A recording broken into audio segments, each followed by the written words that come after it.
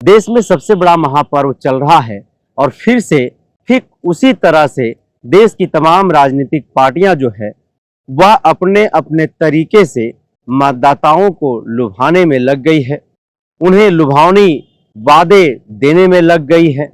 अपने अपने तरीके से जो है वह चुनावी वादे कर रहे हैं।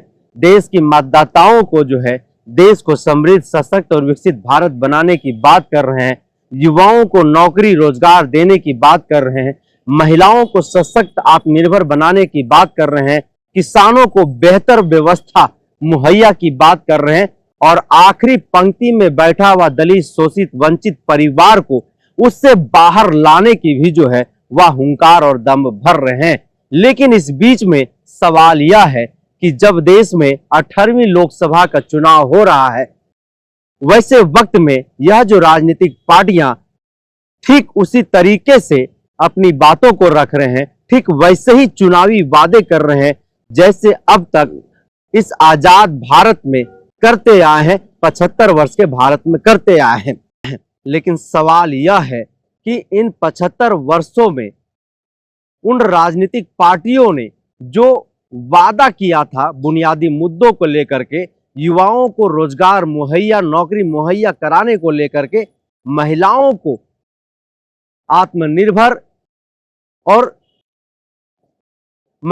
आत्मनिर्भर बनाने के लिए उन्हें सशक्तिकरण की जो बात उन्होंने कहा था, किसानों को बेहतर मुहैया देने की जो बात कहा था, और उन तमाम बुनियादी मुद्दों का क्या हुआ, उन बुनियादी सवालों पर किए गए उन वादों का क्या हुआ। और झारखंड प्रदेश जिसकी उपज आंदोलन की कोख से हुई है, जिस राज्य को अलग करने में झारखंड के हजारों नौजवानों ने अपने प्राणों की आहुति दे दिए, वो शहीद हो गए। झारखंड के उन आदिवासियों, मूलवासियों का क्या हुआ, उनके बुनियादी सवालों, बुनियादी मुद्दों का क्या हुआ। झारखंड बनने के बाद जो 24 वर्ष का सफर रहा है, इस 24 वर्ष के सफर में जितने बार भी लोकसभा का चुनाव देश के अंदर हुआ है, उतना ही बार यहाँ पर भी हुआ है। आखिर उतने बार में जिन राजनीतिक पार्टियों ने यहाँ से सबसे ज्यादा सीटें लेकर के गए, झारखंड के लोगों ने सबसे ज्यादा सीटें जिता करके जिस राजनीतिक पार्टी को देने का काम किया, आखिर उन राजनीतिक पार्टियों ने उन बुनियादी मुद्दों पर आदिवासियों, मूलवासियों के हक हुकूक की बात, उनके अधिकारों की बात, उनके जल जंगल जमीन को संरक्षित करने की बात, उनकी पहचान अस्मिता की बात अब तक सदन के भीतर कितने प्रतिशत की गई है और उन पर कितना काम हुआ है, कितना समाधान हुआ है। झारखंड में सबसे ज्वलंत मुद्दा इस वक्त जो बना हुआ है वह है कुर्मी का एसटी में शामिल करने का मांग, और आदिवासी समुदाय खुल करके इसका विरोध कर रहा है। तो आज इन तमाम मुद्दों पर हम बातचीत करेंगे सरना सदान मूलवासी मंच के केंद्रीय अध्यक्ष सूरज टोपो से। इसमें 18वीं लोकसभा का चुनाव हो रहा है और झारखंड को अलग हुए 24 वर्ष का सफर लगभग बीतने को है और देश को आजाद हुए 75 वर्ष बीत चुका है। देश जो है सो आजादी का अमृत महोत्सव बना रहा है और हर बार 5 वर्ष के बाद जो है देश में लोकसभा का चुनाव आता है, देश का सबसे बड़ा महापर्व आता है। और हर बार की तरह इस बार भी जो है राजनीतिक पार्टियां अपने चुनावी एजेंडा लेकर के मतदाताओं के बीच में जा रहे हैं। फिर से इस देश को समृद्ध, सशक्त, विकसित भारत बनाने की बात कर रहे हैं, युवाओं को नौकरी और रोजगार देने की बात कर रहे हैं। लेकिन सवाल यह है कि अब तक जो वादा उन्होंने किया था, आपके अनुसार उन वादों का क्या हुआ, धरातल पर उनका कितना क्रियान्वयन हुआ, कितना उन पर काम हुआ है? देखिए, सबसे पहले तो मैं झारखंड का वासी हूं। हम पहले झारखंडी की बात करते तब देश की बात करेंगे। झारखंड में जिस प्रकार से रोजगार युवाओं को नहीं मिलने का, महिला का सुरक्षा नहीं होने का और किसानों को जो मूलभूत सुविधा है नहीं मिलने से कहीं न कहीं झारखंड अन्य राज्य के मामले में पीछे है। और जिस प्रकार से सरकार पिछले चुनाव के घोषणा पत्र में बहुत लंबा चौड़ा केंद्र सरकार हो या राज्य सरकार ने अपने चुनावी एजेंडा बहुत मैनिफेस्टो के माध्यम से रखा था, उस मैनिफेस्टो के माध्यम से कुछ काम हो जाता है झारखंड की धरती पे तो लगता है कि झारखंड विकास के राह पर चल चुका है। हमको कहीं से नहीं लगता है कि झारखंड विकास हुआ है। और रहा लोकसभा चुनाव में, जनता और आदिवासी मूलवासी समाज के लोग उसी को वोट देंगे जो जनता के बातों को सदन में पहुंचाने का काम किया है, उनका रोजगार का बात किया है, झारखंड का विकास का बात किया है, जल जंगल जमीन का बात किया है। साथ ही आदिवासी के बहुत बड़ा मुद्दा है जो राज्य सरकार से लेकर केंद्र सरकार के कानों तक पहुंचाने के तमाम आदिवासी संगठन के लोग किए हैं। धर्म कोड का लेके उसको अपने मैनिफेस्टो में नहीं लाकर आदिवासी समाज को ठगने का काम किया है। और ऐसे पार्टियों को पूरे आदिवासी समाज अपने वोट के माध्यम से भगाने का काम भी करेगा। सूरजदा, झारखंड एक आदिवासी बहुल्य राज्य है और इस राज्य को अलग कराने में झारखंड के पूर्वजों ने, झारखंड के नौजवानों ने अपनी प्राणों की आहुति दे दी, वो शहीद हो गए। उसके बाद यह झारखंड राज्य झारखंड वासियों को मिला है। और झारखंड बनने के बाद जो है विकास के नाम पर, उद्योग के नाम पर झारखंड का हर वह जिला, हर वह गांव, हर वह पंचायत से आदिवासी परिवार हो या फिर मूलवासी समाज के परिवार के लोग हो, वह विस्थापित होते रहे। लेकिन उन विस्थापितों का क्या, वह विस्थापितों को जो बात कही गई थी, उनसे जो कह करके उनकी जमीनें ली गई, जमीनों का अधिग्रहण किया, क्या लगता है उसके अनुसार उन विस्थापित परिवारों को वह मान सम्मान, वह अधिकार या फिर ठीक उसी तरीके से उनको कहीं पर जो है बसाया गया है या फिर क्या कुछ हुआ है? आपसे कुछ देखिए, छोटा सा उदाहरण दे सकते हैं हम। हाल ही में बिरसा जयंती के उपलक्ष्य में केंद्र सरकार के आदरणीय प्रधानमंत्री नरेंद्र मोदी जी आए थे बिरसा के धरती पे और बिरसा मुंडा जी के समाधि स्थल खुट्टी भी गए थे। जिस प्रकार से राजनीतिक दल शहीद परिवार को ठगने का काम करता है, उसमें भी आदिवासी समाज आहत है। क्योंकि जब से झारखंड राज्य अलग हुआ है या देश आजाद हुआ है, उस काल से आज तक शहीद परिवार को एक आवास तक आवंटन नहीं किया गया किसी भी सरकार के द्वारा। आज बिरसा मुंडा जी के वंशज को स्थिति जाके देखिए, हम लोग को शर्म आता है अब कि हम लोग हैं आदिवासी। क्योंकि पूरे देश और पूरे भारत देश में कहा जाता है कि आदिवासी पूरे देश का मालिक है और हम लोग आदिकाल से आदिवासी है। और आज कहीं ना कहीं आदिवासी समाज विकास के राह पे नहीं है, उनके नाम पे विकास कुछ दिखता नहीं है धरातल पर। और सिर्फ जब चुनाव का समय आता है तो आदिवासी को बड़ा बड़ा लुभाना दिया जाता है। हम आदिवासी समाज के लोग आह्वान करते हैं सभी पार्टी के आला कमानों से, जो आदिवासी के हक अधिकार का बात करेगा, उनकी संस्कृति परंपरा को बचाने का बात करेगा, जल जंगल जमीन को बचाने का बात करेगा, और जितने हमारे वीर पुरुष के वंशज हैं उनको आवास देने का काम करेगा, उनको रोजगार से जोड़ेगा। हम ऐसे लोगों को चुन के भेजने का काम करेंगे। देश में 12 करोड़ आबादी जो है वह आदिवासी समुदाय का है। 785 से भी ज्यादा प्रकार के अनुसूचित जनजाति जो है इस भारत में निवास करते हैं। और देश की सभी राजनीतिक पार्टियां जो है वह आदिवासी समुदाय को संरक्षित करने की बात करती है, उनके विकास की बात करती है, उनको समाज के मुख्य धारा से जोड़ने की बात करती है। लेकिन वही आदिवासी समुदाय जब अपनी पहचान की बात करता है, जब अपने धर्म कोड की बात करता है, तो वह तमाम राजनीतिक पार्टियां, अगर कुछ क्षेत्रीय पार्टियों को छोड़ दिया जाए तो वह मौन दिखाई देता है। इसको किस तरीके से देखते हैं? मैंने आपके चैनल का माध्यम से पिछला वीडियो में भी कहा था, देखिए कुल मिला के भी चुनाव का माहौल है और चुनाव में जिस प्रकार से राजनीतिक दल अभी आदिवासी को लुभाने का काम करेगा और तरह तरह का बात को राजनीतिक दल परोसेगा आदिवासी समाज के बीच, तो मेरा कहना साफ से है आपके चैनल के माध्यम से कि आदिवासी पहले तो जल जंगल जमीन को बचाव का रखवाला है, दूसरा खेती बाड़ी करने वाले लोग हैं हम लोग। हम्म। तीसरा है कि जिस प्रकार से आदिवासी समाज को सरकार बन जाने के बाद दरकिनार कर दिया जाता है, विकास से दूर रखा जाता है। आज आपको बता सकते हैं हम कि हम लोग तो शहर में रहते हैं, शहर का स्थिति वो बहुत अच्छा है, मगर हम जाते हैं ग्रामीण क्षेत्र में ना तो रोना आ जाएगा। आज तक झारखंड के ग्रामीण क्षेत्र में विकास के नाम पे जीरो है। ना सही से सड़क पहुंचा, ना बिजली पहुंचा है, ना पानी पहुंचा है, ना इंदिरा आवास पहुंचा है। आपका चिकित्सा जो कार्ड नरेंद्र मोदी जी का जो आया था आयुष्मान कार्ड, वो भी नहीं पहुंचा ढंग से। तो ऐसे में हम लोग विकास किसको बोलेंगे?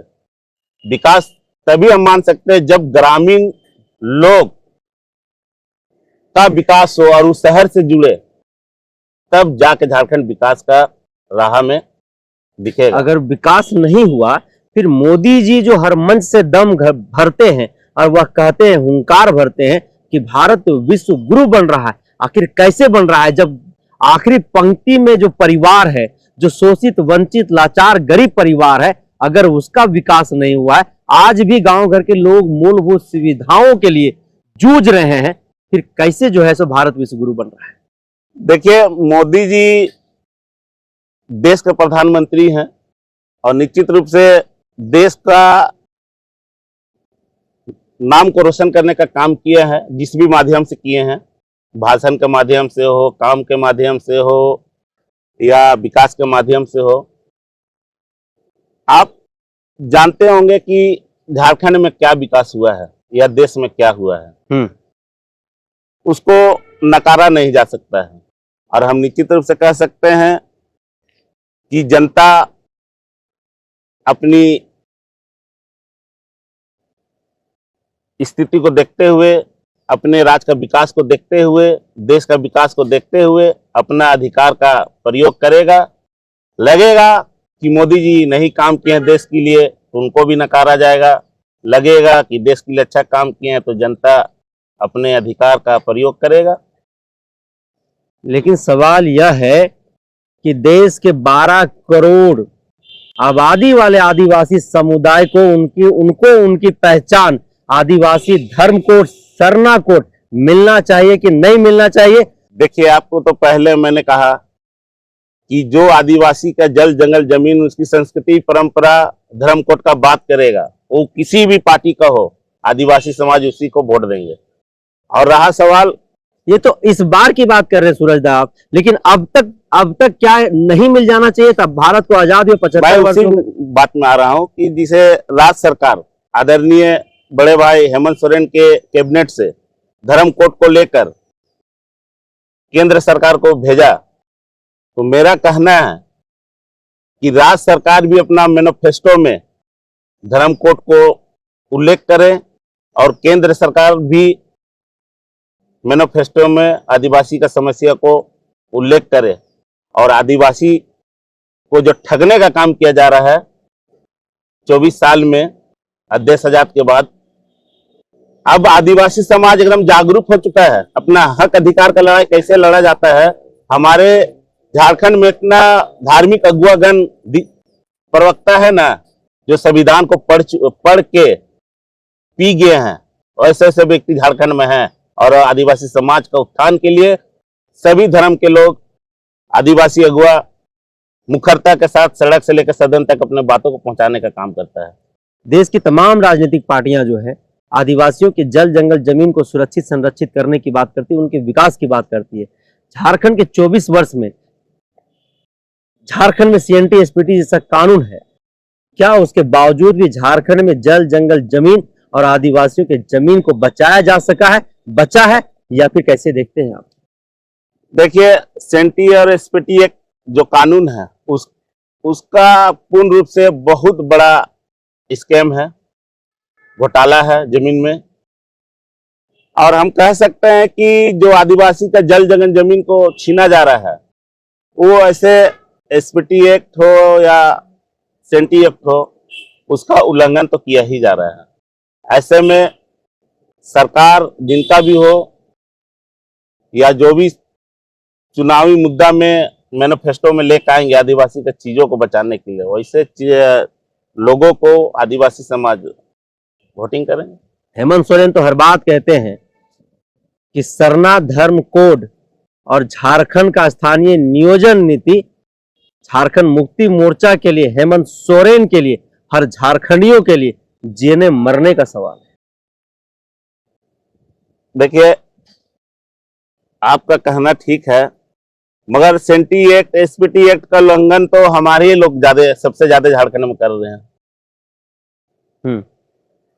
सेंटी एक्ट और एसपीटी एक्ट क्या चीज है? आदिवासी का चीजों को बचाने के लिए। तो हमारी लोग तो उसको बेच रहे हैं। आज जो जमीन बचा रहा है रांची में या ग्रामीण क्षेत्र में, उसमें सबसे ज्यादा कौन है? झारखंड के लोग हैं। बाहर के लोग से मिल लेते हैं, अन्य राज्य के लोग आ जाते हैं, एकड़ों एकड़ जमीन यहाँ के लोग को ठग फुसला के यहाँ के अगुआ मिल जाते हैं, उन लोग के द्वारा बेचा जाता है। पहले तो अपने आप को हम लोग को सुधारना होगा ना, तभी जाके सेंटी एक्ट, एसपीटी एक्ट का जो कानून मिला है हम लोग को, पहले हम अपने से शुरुआत कर लें। हम किसी भी पार्टी को इसमें मुद्दा बना के दे दें तो उनको लाभ ही है। झारखंड के आदिवासी नौजवान युवा जिस तरह से नशे पान में संलिप्त है, शराब के आदी हो गए हैं, चरस के आदी हो गए हैं, अफीम के आदी हो गए हैं, उन युवाओं को वहां से बाहर निकालने के लिए ऐसा क्या पॉलिसी लाना चाहिए? समाज को, सरकार को ऐसा क्या करना चाहिए ताकि उन जवानों के भविष्य को संरक्षित किया जा सके, उनको उन गलत आदतों से बाहर किया जा सके? सबसे पहले बात तो जिस युवाओं का आप बात कर रहे हैं, निश्चित रूप से हम कह सकते हैं कि भटकने का भी कारण है। कारण ये है कि पढ़ लिख के डिग्री लेके बेरोजगार बैठा हुआ है, तो ऐसे हालत में माइंड डिस्टर्ब होने के कारण नशा पानी में वो लोग ज्यादा अब झुलस चुके हैं। पढ़ लिख के रोजगार नहीं मिलना कहीं ना कहीं उस युवाओं को दिमाग में खलता है कि हम इतना पढ़ लिख के क्या कर लिए अपने माँ बाप के लिए या अपना परिवार के लिए। तो ऐसे स्थिति में नशा पान का आदी हो जा रहा है। हम राज्य सरकार हो या केंद्र सरकार से मांग करते हैं कि नशा बोलने से नहीं छूटेगा जब तक रोजगार से नहीं जोड़िएगा लोगों को। रोजगार से जुड़ेगा, समय से वो अपने कार्यालय जाएंगे, काम धंधा करेंगे, समय से घर आएगा तो निश्चित रूप से नशा मुक्त होगा, क्योंकि उसके पास समय नहीं मिलेगा नशा करने के लिए। दूसरी बात कि आदिवासी समाज के आदिवासी युवाओं के पास अथाह जमीन है। सरकार, केंद्र सरकार आज तक कोई पॉलिसी नहीं लाया है कि आदिवासियों को रोजगार किस प्रकार से मुहैया कराए। हमारा कहना है कि आदिवासी के पास जमीन करोड़ों रुपया का है, मगर हम कह सकते हैं कि करोड़ों रुपया भी राख के बराबर है। राख के बराबर है इसलिए बराबर है कि ना मुझे लोन मिलता है, ना एजुकेशन लोन है, ना जमीन मॉर्गेज होता है बैंक में। आज हमको सड़क में मेरा रोड में 10 एकड़ जमीन है मान लीजिए, और कूड़ा के भाव में जमीन का रेट होता है, और उसी का बगल में 5 कट्ठा जमीन है किसी का, तो 25 लाख रुपया डिसमिल बचता है, और मेरा 2 लाख रुपया डिसमिल बचाता है। जमीन आसमान का फर्क हो गया। मगर हम इसलिए कह रहे हैं कि हमारा 10 एकड़ जमीन को देख के राज्य सरकार एक पॉलिसी लाए, बैंक के द्वारा हमको लोन उपलब्ध कराया जाए, तो हमको बेचने का भी दरकार नहीं पड़ेगा। हम उसमें बिजनेस खड़ा करेंगे, मॉल बनाएंगे, किराए का मकान बनाएंगे, लॉज बनाएंगे, दुकान बनाएंगे, और उसी कमाई से हम बैंक का लोन भी भर लेंगे। तो मेरा जमीन भी बच गया, मेरा रोजगार भी बढ़ गया। तो इस सब चीजों को भी सरकार को ध्यान देना है। राज्य सरकार हो या केंद्र सरकार, हम दोनों से मांग कर रहे हैं कि आदिवासी का जमीन जंगल का जो लड़ाई है तभी बचेगा जब आदिवासी को लोन दिया जाएगा बिजनेस पर्पज से। इस बार का जो लोकसभा का चुनाव है उसमें जो झारखंड के स्थानीय जो मुद्दे हैं, चाहे वो 1932 के खतियान के आधार पर स्थानीय नीति की बात हो या फिर नियोजन नीति की बात हो, इस बार के चुनाव में यह मुद्दा किस तरीके से रहने वाला है? देखिए, हम सीधा जनता के ऊपर छोड़ते हैं। जनता को निर्णय लेना है कि आप किन सांसद आपके दरवाजा तक पहुंच के आप विकास का काम किया है, आपका आवाज को कितना मुखरता के साथ केंद्र में रखने का काम किया है। ऐसे लोगों को चुन के भेजना और अपनी बातों को पहुंचाना हमको लगता है कि सही है। 24 वर्ष में झारखंड को अब तक झारखंडीय 24 वर्ष के झारखंड में अब तक झारखंड के लोगों को यह पता नहीं है कि झारखंड में झारखंडी कौन है। सीधे तौर पर सवाल उनकी पहचान पर है। और झारखंड में जिस पार्टी को लोगों ने सबसे ज्यादा सांसद जिता करके दिया, दिल्ली तक भेजने का काम किया, उन सांसदों में झारखंड की पहचान पर उस सदन के भीतर एक बात भी नहीं किया।